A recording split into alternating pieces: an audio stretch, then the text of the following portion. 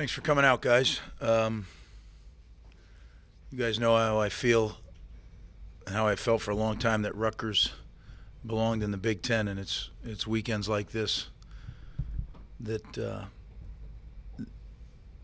that made me want to be in this league. So we're excited about the opportunity. We're going to go out there and see how we stack up. I don't know how much you enjoy like a good story, but 2 years ago, Rutgers, week 4, lost to Michigan. Next day, they fired their head coach. It's been a long 2 years, but now you're 3-0, national TV. When people ask you how Rutgers was able to kind of get it turned around, what were some of the key things in your mind that Rutgers was able to get this to the point where you're relevant again in a lot of people's eyes? Well, let's make it clear. We haven't turned anything around, right? We've had a good start to our non-conference schedule. But, this is what I keep talking about is Rutgers in the Big Ten. And now we start playing our Big Ten schedule. And that's what it's all about. That's what it's all about.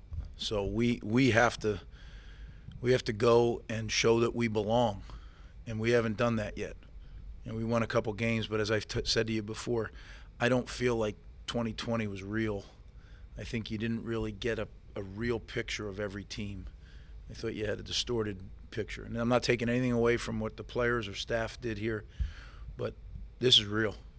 And we're going out to play against a really, really good football team that has got it going. I mean, you can just everything I've looked at, the film I've looked at, the media that I've listened to, there's a good vibe out there right now. They're playing really good football. They're playing winning football.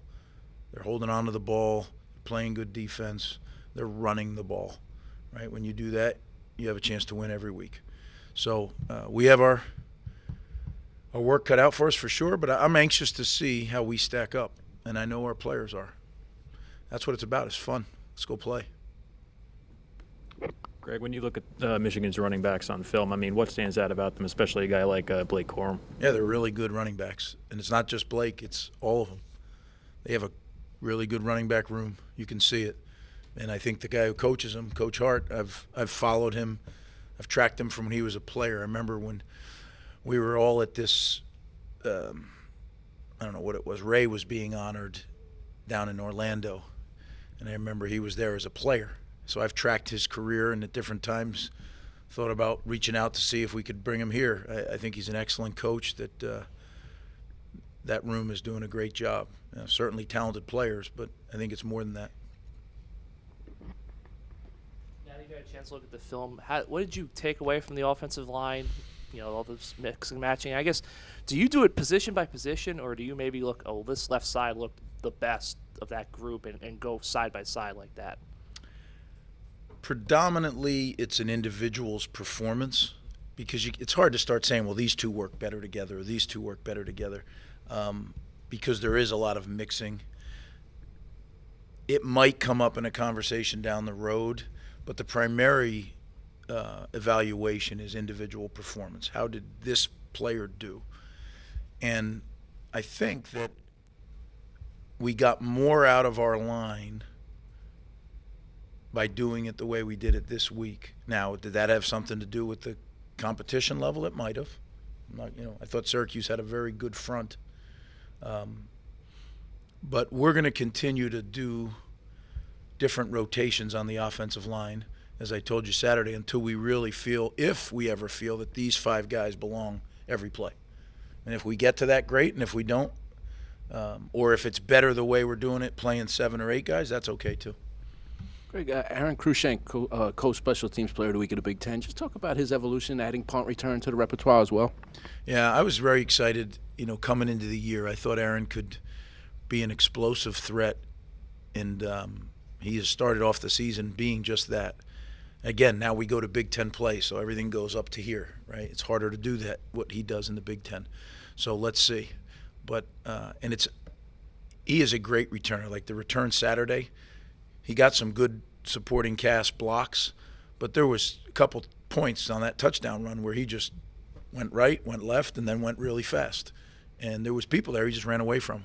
So he's individually very talented, and I think the unit, it's both the KOR and the punt return are doing a good job as well.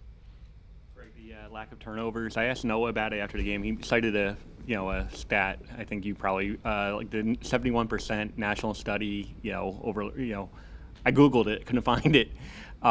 What is that? What is he talking about? That where 71% of the teams that don't turn the ball over, that they're going to win the game. Can you just talk a little bit about that stat in particular? Well, sure. There's the stat of if you don't turn it over. And then the even more strong stat is when you win the net turnover margin. And +2 is the magic number. If you're +2, you're going to win. And I don't know the exact percentage, but it's way up here, right? So, Saturday we didn't turn it over. We didn't take it away either, which was disappointing to me. And I think very disappointing to our defense. First 2 games we took the ball away. And I don't buy into that, well, it's kind of a streaky thing. That's a bunch of baloney. You do your job, you do it right, and you get takeaways, right? I mean, Delaware was not a superior ball security team, and we didn't take advantage of it. So that's on us. We let an opportunity slip away. Greg, just going to play at the big house, I mean, obviously, how do you prepare for that? And Noah said the other day that even, playing in the Carrier Dome, while it's not a perfect comparison, it could be a good way of preparation for that. I mean, do you kind of agree, and how do you get ready for an environment like this? Yeah, I think, we have the ability to do it. We did it getting ready for Syracuse. We did it in the years past. We have crowd noise. We have systems that we've invested money in that provide, you can't hear yourself talk from media away. It's not going to be louder than that. So that really isn't the issue you deal with when you play on the road. Is you can't let the momentum, you can't judge what's going on, the momentum, all those things. You just got to chop your job. Just go and do what you're supposed to do.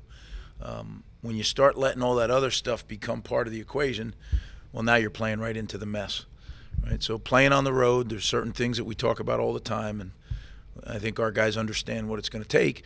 But again, it's been a while since we've played on the road, in the Big Ten with crowds. Not since I've been here.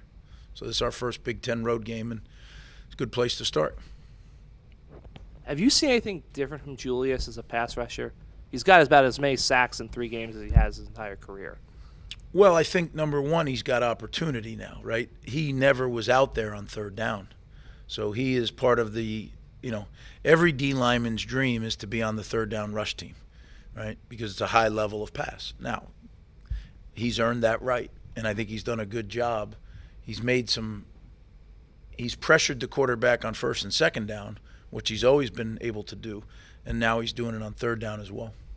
I know defenses are multiple now, but are you more of a 4-2-5 unit, or is it just a week-to-week thing? How does your defense evolve in a week-to-week? Is it a week-to-week thing? Yeah, it's really a matchup thing, right? If you're looking at a 3-receiver offense, we oftentimes, not always, but we oftentimes like to have 5 DBs on the field. The structure of it, you can call it whatever you want, but I just look at it as you got 3 or 4 linemen, you have 2 or 3 linebackers, and you have 5 or 6 DBs, and how that shakes out, how you structure it. Everybody wants to put it in a box. I don't think you can. I mean, because you look at the 2 teams we just played were 3-5-3s, but they didn't even look similar, right? So to me, it's more personnel based. Obviously, Max Melton's been big through the first 3 games. What did you see in him? He's one of the first guys you got when you came here, in that frenzy of recruiting. But what did you see out of him, and how's that really translated over the last 2 years?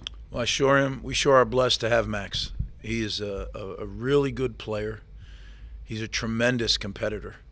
I mean, you don't want to play anything. This guy wants to win every single thing he does, and he approaches practice like that. He practices that way, and then he goes and plays that way. So I really think he's a very good corner, and he's getting better every day.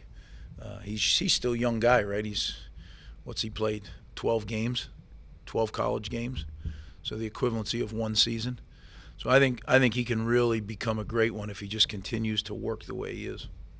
Sticking with the defensive backs, can you talk a little bit about Kasson Abraham? He's started the past 2 weeks, and he's been rather impressive in both games. Yeah, and the only reason he didn't start 3 weeks is because they started in a different personnel group, right? Or he could have easily had 3 starts under his belt. Kess really stepped up. Kess has had issues with injuries earlier in his career. I think he's made a renewed commitment to playing Rutgers football. and he's certainly talented enough to do that. So I love the way Kess approaches things. He's a fighter. He's not the biggest guy in the world, but don't tell him that, because he's going to fight you tooth and nail, and I think he's played well. You said a lot about how real last year was. Is this the ultimate week to push that message with that game in triple overtime? I mean, no one either side really knows what that was, I guess, a year later. Well, they're a different team. I think just look at it, right? They didn't have their best player when we played them last year. I mean, there's a lot of differences. That game was a shame. We had our opportunity there and we didn't take advantage of it, right? This is a different Michigan team, though. And I'd like to think we're a different Rutgers team, too. And as I said earlier when we started, I'm just excited to go see how we stack up. And we're going to know probably by around 7:30 or so, probably know where we stack up. Greg, you mentioned the other day the improvement on third down. What do you think attributed to that, and how do you got it to obviously become consistent going forward now? It's a Big Ten play.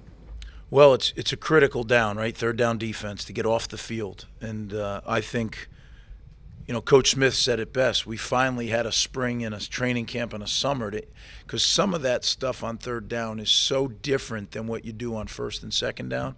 So if you have limited time to install, you're really going to focus on, there's a lot more first and second downs than there are third downs. And we were very much up against it last year with the way the schedule was canceled, then brought back. I mean, you didn't have training camp. The kids were in school. So you literally had a bunch of in-season practices, and then you went and played a game. So to have spring, to have summer, and to have training camp, to really install and coach the finer points of the third down package, because one thing about third down defense is you don't do all of it every week. You have an extensive menu, and then you pull down from that menu depending on what you're up against, who you're facing. And I think we never really had a chance to get everything installed to a level where we were comfortable calling it. I know it happened. You played last year, but it's different. What's it like for you to come out of a tunnel, in your Rutgers stuff, and to see that winged helmet across the way, or to see Ohio State's helmet or Nebraska or anything? Like I said, I believe Rutgers from 2002 on. I really believe that that's where Rutgers belonged. And we were blessed to get accepted and admittance into the Big Ten. We have to show that we belong by the way we play on the field. Basketball's done that, right? We got to do it in football. A lot of our other sports are doing it as we speak. I'm really, really proud of all our coaches and athletes. I mean, there's some great things going on right now. We're a little behind some of the rest of the programs, but we want to catch up desperately, and we want to be part of that excitement of Rutgers in the Big Ten, because I really, really believe this is where we belong. And again, we'll see where we stack up. Maybe we're ready now, maybe we're not. We'll know by Saturday night. But I'm excited to do it. In the long run, this is where we belong. Thanks, guys.